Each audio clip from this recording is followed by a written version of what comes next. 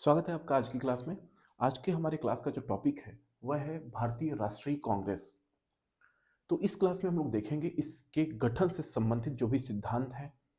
चूंकि पता ही है कि इंडियन नेशनल मूवमेंट में एक बहुत ही इंपॉर्टेंट टॉपिक है भारतीय राष्ट्रीय कांग्रेस।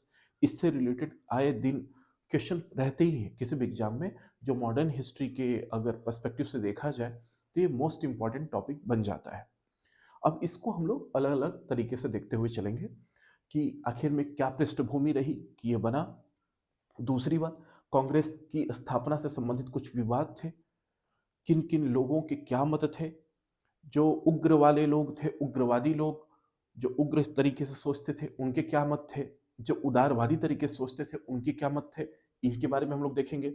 उसके बाद से देखेंगे विभिन्न वर्गों की क्या प्रतिक्रिया थी। विभिन्न वर्गों में जैसे व्यापारी वर्ग की क्या प्रतिक्रिया थी, सामंत लोगों की क्या प्रतिक्रिया थी, जनसामान्य की क्या प्रतिक्रिया थी, ठीक है, गांधी जी की क्या प्रतिक्रिया थी।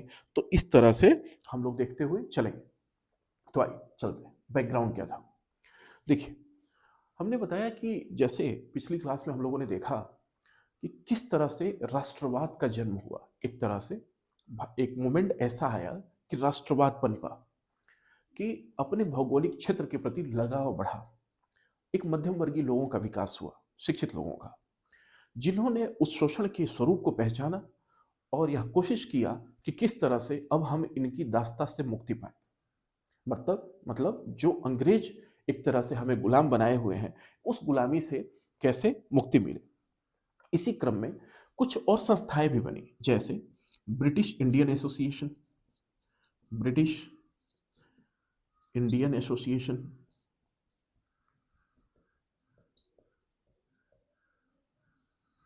इंडियन लीग, इंडियन एसोसिएशन,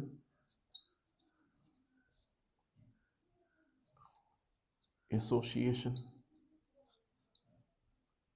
ठीक। ऐसे ही मद्रास महाजन सभा, मद्रास सभा का गठन हुआ। तो उसको भी लिख देता हूं, मद्रास महाजन सभा। ये कांग्रेस के गठन से पहले ही ये सब संस्थाएं थीं जो कहीं ना कहीं इस विवाद, इस मसले को उठाती थीं कि अगर चलाना ही है शासन तो ठीक ढंग से चलाओ और हमें कुछ राइट्स दो, कुछ अधिकार दो। इसके बाद से इसी का एक परिणाम रहा कि भारतीय राष्ट्रीय कांग्रेस का गठन हुआ। लेकिन क्या इसी रूप में हुआ या कुछ और नाम था, बाद में कुछ और हो गया। तो आइए देखते हैं इसमें हुआ क्या कि ए ओ ह्यूम साहब थे। ए ओ ह्यूम, इन्होंने एक संस्था बनाई, भारतीय राष्ट्रीय संघ, Indian national union, Indian national union. कब बनाई? 1884 में। कब बनाई? 1884 में। ये एक अंग्रेज अधिकारी थे, ऑर्निथोलॉजिस्ट भी थे, मतलब पक्षी वैज्ञानिक एक तरह समझ लीजिए, उनके विशेषज्ञ थे, उनके बारे में इनका जाना था, और आईसीएस अधिकारी थे, रिटायर हो चुके थे। इनका भारतीयों के प्रति थोड़ा सा रहता था कि भाई थोड़ा सा कुछ कार्य किया जाए, अब चाहे इंटरेस्ट जो भी हो, लेकिन रहता था कि यहाँ के लिए कुछ कार्य किया जाए। इन्होंने भारतीय राष्ट्रीय संघ के नाम से एक संस्था बनाई। कब बनाई? 1884 में। इसकी जो पहली बैठक हुई, गोकुल तेजपाल जो संस्कृत विद्यालय था मुंबई में, वो हुई 1885 में। कब हुई? 1800। इसकी पहली बैठक कब हुई? इसकी पहली बैठक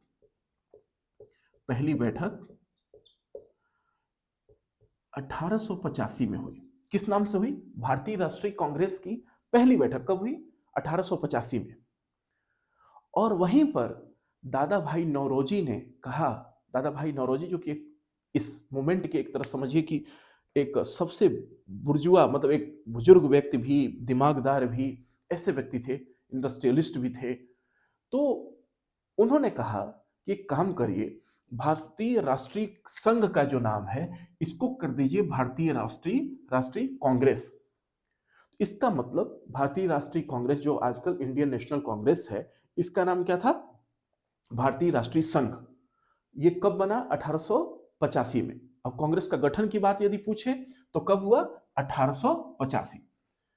कब गठन हुआ कांग्रेस का? 1885। किसके द्वारा हुआ? जिन्होंने इसका गठन किया, एओ ह्यूम के द्वारा हुआ।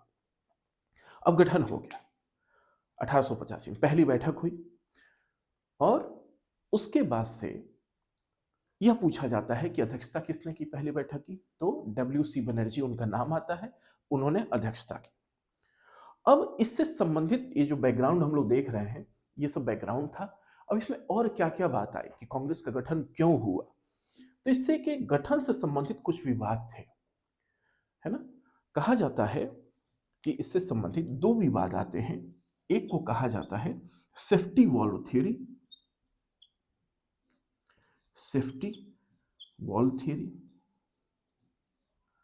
और दूसरा लाइटनिंग कंडक्टर थ्योरी।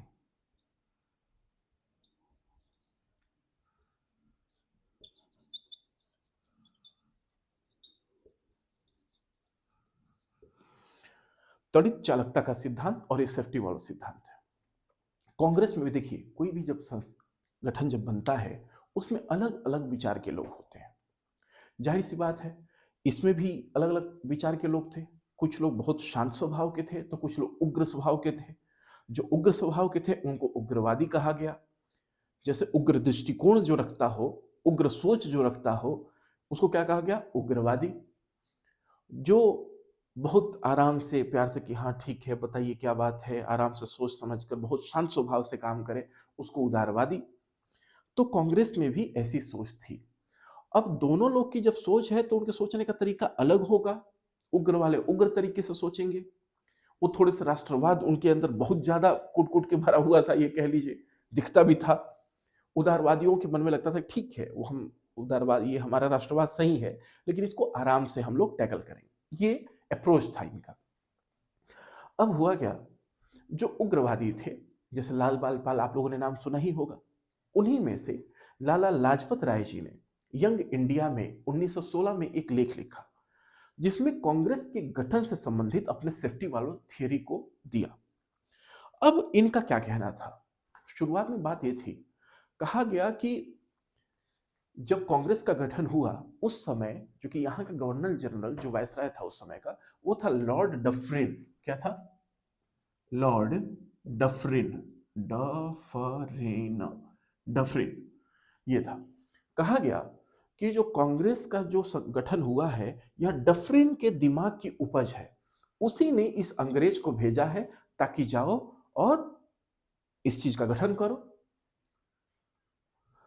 तो ये बात शुरू में कही गई, लेकिन यह पता चला इन दोनों के पत्रों से, जब बाद में जब लोगों ने पढ़ा, हिस्टोरियन ने पढ़ा, तो कहा ऐसा नहीं हो सकता, क्योंकि इन दोनों में ही मतभेद था, लॉर्ड डफरिन और एओ ह्यूम में। ह्यूम जो थे वो थोड़े से भारतीय चीजों को थोड़ा सा अच्छा कहते थे, मतलब एक तरह से तंत्र मंत्र इन सब में भी विश्वास रखते थे, और यह बिल्कुल नहीं। तो इन दोनों में कहा जाता है कि इनके जो संबंध थे एक कटुतापूर्ण थे, अच्छे नहीं थे। अब रही बात सेफ्टी वाल्व थ्योरी में एग्जैक्टली कहा क्या गया। सेफ्टी वाल्व का मतलब क्या होता है? वाल्व का मतलब ये होता है, जैसे मान लीजिए कुकर में भी एक वाल्व लगा रहता है, स्टीम को क्या करता है, जब स्टीम ज्यादा होता है तो सीटी उड़ जाती है और वो निकल जाता है, जो प्रेशर होता है निकलता है ना, ऐसे ही वाल्व समझिए। ये वाल्व क्या था? कैसा वाल्व? जैसे मान लीजिए अंग्रेजों के प्रति जन असंतोष तो था ही, लोग तो उसके बारे में अब धीरे धीरे भाई आक्रोशित तो होते ही थे। तो लाला लाजपत राय जी का कहना था, लाला लाजपत राय राय इन्होंने 1916 में यंग इंडिया में ये लेख लिखा इससे संबंधित। इनका यह कहना था, चूंकि इसको डफरिन के द्वारा ही बनाया गया है, इसी के दिमाग की उपज है, और सेफ्टी वाल्व के तरीके से एओ ह्यूम को ट्रीट किया गया है। कहा गया कि एओ ह्यूम एक तरह से इस तरीके का कार्य करेंगे कि अगर मान लीजिए कि जन असंतोष होता है तो कांग्रेस में जाकर अपनी बात रख सकते हैं, और ये होगा कि कांग्रेस उसका प्रतिनिधित्व करेगा। तो अचानक लोग जाकर एकदम से अंग्रेजों से नहीं भिड़ जाएंगे। अमेरिकी स्वतंत्रता संग्राम में यही हुआ था। अचानक वो सैमुअल एडम्स वगैरह के नेतृत्व में हुआ क्या था, वहां पर लोग जाकर भिड़ गए अंग्रेजों से सीधे सीधे। अब अंग्रेज वहां का सोच समझकर कि वहां पर ऐसा हुआ, उसकी पुनरावृत्ति दोबारा इधर ना हो, वो चाहते थे कि एक इस तरीके की संस्था बने कि यदि लोगों का जन आक्रोश आता है तो चैनलाइज हो जाए, उसके थ्रू होकर निकल जाए गुस्सा, हमारे तक ना पहुंचे। तो इसके तहत इनका कहना था, लाला लाजपत राय ने, कि इन सब मिलकर अंग्रेजों ने इस कांग्रेस का गठन किया है। लेकिन फाइनली ये चीज माना गया कि यह बात बहुत हद तक सही नहीं थी, क्योंकि कांग्रेस के पहले भी संस्थाएं थी, वो सब बहुत सारी चीजों की डिमांड करती थी, और ये क्रमिक, एक कांग्रेस का गठन एक क्रमिक प्रक्रिया की देन थी, है ना। धीरे धीरे धीरे धीरे उसका विकास हुआ, और कहीं ना कहीं सेफ्टी वॉल्व थ्योरी नहीं थी। ये भी भारतीयों से संबंधित बहुत सारे विचार रखते थे कि इनकी दशा को कैसे ठीक रखना है, यह बात मानी गई थी। दूसरा, लाइटनिंग कंडक्टर थ्योरी, तड़ित चालकता का सिद्धांत। तड़ित चालकता का सिद्धांत आप लोगों ने गोपाल कृष्ण गोखले जी का नाम सुना होगा, जो गांधी जी के राजनीतिक गुरु जी थे, जी के गोखले, गोपाल कृष्ण गोखले। इनके बारे में कहा जाता है कि यह सिद्धांत इन्होंने ही दिया था। और इन्होंने क्या कहा था, अच्छा देखिए, भारतीय बड़े होशियार होते हैं। इनको इन पहले जो इंडियंस थे, उनको ये लग रहा था यहाँ पर कि यदि हम अंग्रेजों के विरुद्ध कोई संस्था बनाएं, अगर अंग्रेजों के विरुद्ध कोई संस्था बनाए, तो हो सकता है अंग्रेज उसका दमन कर दें। भाई, बड़े बड़े राजा महाराजाओं का जब दमन कर दे रहे हैं, तो उनके से जाकर आप अपने अधिकारों की बात करोगे कि नहीं तो अंग्रेजों भारत छोड़ो, तो दमन ही तो करेंगे। तो इनको ये लगता था कि यदि हम लोग कोई संस्था बनाएंगे, तो हो सकता है कि अंग्रेज हमारा दमन कर दें। बेहतर यही है कि हम लोग संस्था तो रहे, लेकिन उसका अध्यक्ष, उसके जो मतलब संस्थापक कर्ता किसको माना जाए, यो ह्यूम को। और यही चीज मानी भी गई, यही सिद्धांत माना जाता है ज्यादा, लाइटनिंग कंडक्टर थ्योरी, तड़ित चालकता का सिद्धांत। तड़ित चालकता इसको क्यों कहा जाता है, जैसे आप लोगों ने देखा होगा, बहुत बड़ी बड़ी अच्छी बिल्डिंग्स रहती हैं, उसमें कंडक्टर लगाया जाता है एक तरह से, कि यदि कहीं बिजली गिरती है, लाइटनिंग होती है, तो धीरे से उस पर से उतरकर अर्थ के रास्ते नीचे चली जाए। अचानक उस पर गिरेगी तो बहुत सारी चीजें डैमेज हो सकती हैं। तो इसको ठीक इसी तरीके से इन लोगों ने एओ ह्यूम का यूज किया, कि ताकि यदि बिजली गिरे अंग्रेजों की, तो इनके ऊपर, और इनको देखकर अंग्रेजों के मन में संदेह का भाव ना आए। इनको लगे कि नहीं, चलो कोई अंग्रेजी तो है, हमारे विरुद्ध क्या ही कर लेगा, हमारे हित में ही सोचेगा। यह सोचकर यह कांग्रेस का गठन, इसको यह मान्यता देते हैं, ये लोग कहते हैं, और ये थोड़ा सा ज्यादा एक्सेप्टेबल था। तो ये थी कांग्रेस के गठन से संबंधित बातें। अब रहा कि विभिन्न वर्गों की क्या प्रतिक्रिया। अब विभिन्न वर्गों में कौन कौन से वर्ग थे भाई। अब विभिन्न वर्गों में, जैसे मान लीजिए,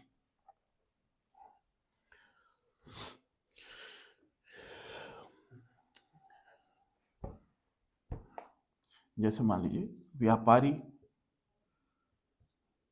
सामंत, ठीक, व्यापारी सामान्य वर्ग। सामान्य वर्ग की क्या सोच थी, गांधी जी की क्या सोच थी, ठीक, इनकी क्या सोच थी, विभिन्न वर्गों की क्या प्रतिक्रिया थी। व्यापारी वर्ग, आपको पता है कि व्यापारी वर्ग उस समय बहुत ही ज्यादा परेशान था, क्योंकि उनके माल ज्यादा बिकते नहीं थे, या यह कह लीजिए कि अंग्रेजों की नीतियों के कारण इनके व्यापार चौपट हो रहे थे। इसलिए यह वर्ग नाखुश था अंग्रेजों से, इसलिए इन लोगों ने कांग्रेस का सपोर्ट किया। कांग्रेस का व्यापारी वर्गों ने क्या किया, सपोर्ट किया। और यह भी कहा जाता है कि जैसे मान लीजिए कि जब इसकी बैठक, कांग्रेस का जब गठन हुआ, इसमें जितने लोग थे, अधिकतर या तो इंडस्ट्रियलिस्ट थे, या बहुत बड़े बड़े एडवोकेट थे, बहुत बड़े बड़े मतलब संभ्रांत वर्ग के लोग थे, है ना, जिसको एलीट क्लास कहा जाता है, वह थे। तो ये लोग क्या हो गया, ये लोग बड़े खुश थे कि चलो ये हमारे अपने व्यापारी वर्ग का ही है, हमारे हित में सोचेगा। दूसरा, सामंत वर्ग। सामंत का अभी फिलहाल आप लोग बस मतलब इतना समझिए कि एक ऐसा वर्ग जिसके पास बहुत ज्यादा भूमि हो, और एक तरह से राजा टाइप वाली सोच रखे, कि ये तो हमारा क्षेत्र है, हम अपने हिसाब से चलाएंगे, हमारे ऊपर कोई नहीं हो सकता, हम ही यहाँ के सर्वे सर्वा हैं। बड़े बड़े जमींदार, बड़े बड़े भू संपत्ति वाले लोग, ऐसे लोग, ये लोग कांग्रेस से नाखुश थे, क्योंकि इनको लगता था, क्योंकि कांग्रेस सबकी बात करता था, पूरे भारत की बात करने लगा। वह यह सोचने लगा कि ये सामंतशाही खत्म हो, अब लोगों के द्वारा चुनकर आए सरकार, इस तरीके की थोड़ी थोड़ी बातें आएंगी। तो इसलिए सामंत वर्ग या जो ऐसा वर्ग था वो खुश नहीं था, जो छोटे मोटे राजवाड़ी थे ये खुश नहीं थे कांग्रेस से, ऐसे समझिए। और सामान्य वर्ग का मतलब क्या था? सामान्य वर्ग कौन थे? आम जनता। आम जनता का क्या सोच था? आम जनता, चूंकि शुरुआत में कहा जाता है कांग्रेस के गठन में आम जनता को बहुत ज्यादा इसके बारे में पता नहीं थे, इसलिए आम जो सामान्य वर्ग है ये बहुत ज्यादा कांग्रेस से जुड़ नहीं पाया। अब जुड़ नहीं पाने के कारण शुरुआत में तो उनके साथ नहीं था, लेकिन जैसे ही नागपुर अधिवेशन होता है या गांधी जी कांग्रेस से जुड़ते हैं, उसके बाद से हुआ क्या कि कांग्रेस धीरे धीरे अपना पैर फैलाने लगा। और लोगों, कांग्रेस को भी ये लगा कि ये जो हम लोग मूवमेंट चलाएंगे उसमें जन भागीदारी जरूरी है, और लोगों को भी लगा कि हमारी बात यही लोग रख सकते हैं। इसलिए लोगों ने भी कांग्रेस का साथ बाद में देना स्टार्ट कर दिया गांधी जी के आने के बाद। और गांधी जी की क्या सोच थी? गांधी जी की यह सोच थी शुरुआत में कि कांग्रेस ठीक है, अपने इन्होंने बेसिकली किया क्या कि नागपुर अधिवेशन के बाद से कांग्रेस का संविधान गांधी जी ने ही लिखा, और जन जन तक कांग्रेस को पहुंचाने का कार्य ये गांधी जी ने ही किया। पहले बड़े बड़े लोग रहते थे, इन्होंने लोगों की ताकत को पहचाना गांधी जी ने, और कहा कि जब तक लोग नहीं जुड़ेंगे तब तक हम लोग अंग्रेजों को झुका नहीं सकते हैं। इसी क्रम में गांधी जी ने कांग्रेस को एक पूरे भारत में फैलाने का कार्य किया। लेकिन गांधी जी ने यह भी कहा कि कांग्रेस का चूंकि प्रांतीय स्तरों पे क्या हो गया, गठन होने लगा। अब उसमें कुछ कुछ बुराइयां ब्रिटिश जैसे कानून थे, जैसे लोग राज चलाते थे वैसे आने लगी। तो गांधी जी ने कहा कि जैसे ही भारत को स्वतंत्रता मिलती है, कांग्रेस को भंग कर दिया जाना चाहिए, क्योंकि वह अपने राष्ट्रीय आंदोलन में जो इनकी भूमिका है उसको दिखाकर, और क्या करेंगे, खुद को ये अपना बड़ा व्यक्तित्व दिखाएंगे और खुद को कहेंगे कि हम ही ने सब किया है। फाइनली आज हो ही रहा है। मान लीजिए उस समय बहुत सारे लोगों की भूमिका थी भारतीय राष्ट्रीय आंदोलन में, लेकिन अब गांधी जी का तो मत ये था कि जो भारत को आजादी मिल जाए इसको भंग कर दिया जाना चाहिए, लेकिन नहीं हुआ। तो ये थे इनके मत। तो इससे संबंधित क्वेश्चन पूछा जाता है। पहली बैठक अब जहां तक हुई, ये तो हुई बंबई में, यहां तक सब सही था। इसके बाद से अगली बैठक हुई कलकत्ता में 86 में, 1886 में। उसकी अध्यक्षता जो थे वो किए दादा भाई नौरोजी। वहां तक भी ठीक था, क्योंकि डफरिन ने बकायदे जो वहां पर चाय बागानों में बुलाया, सबके साथ कांग्रेस के मेंबर्स के साथ पूरी टी पार्टी उसने किया कि आइए आपको चाय पिलाते हैं बढ़िया सा। क्योंकि आपको याद होगा कि हमने पिछली क्लासेस में जब वित्तीय पूंजीवाद बताया था तो कहा था कि 1858 के बाद से इन वित्त संबंधी मामले में जैसे चाय के बागान वगैरह के ठेका अंग्रेज लेने लगे थे। तो ये वही दौर था। उस समय इन लोगों को बुलाकर बकायदे चाय पार्टी वगैरह सब उसने करवाया। जैसे ही मद्रास अधिवेशन हुआ, उसके अध्यक्ष थे बदरुद्दीन तैयब जी 1887 में। और जैसे ही वह अध्यक्षता वहां पर हुई, उन्होंने थोड़ा सा अंग्रेजों के विरुद्ध कुछ बात कह दी। वहीं पर डफरिन ने कहा, जो उनको टी पार्टी दिया, वही कहा कि ये मुट्ठी भर के लोग ये क्या कर लेंगे, ये हमारा कुछ नहीं बिगाड़ सकते। बाद में फिर करजन ने कहा कि हम तो इसकी शांत मृत्यु हम इसकी देखना चाहते हैं। तो ये था भारतीय राष्ट्रीय कांग्रेस से संबंधित। अब अगली क्लास में हम लोग फिर उदारवाद को देखेंगे, फिर उसके बाद से उग्रवाद को देखेंगे, ऐसे ही क्रांतिकारी वर्ग की क्या सोच थी वो देखेंगे। तो ऐसे देखते देखते गांधीवाद, समाजवाद, इस तरह से देखते हुए हम लोग राष्ट्रीय पूरा आंदोलन को हम लोग कवर करेंगे। तो आज के लिए इतना ही। Thank you so much.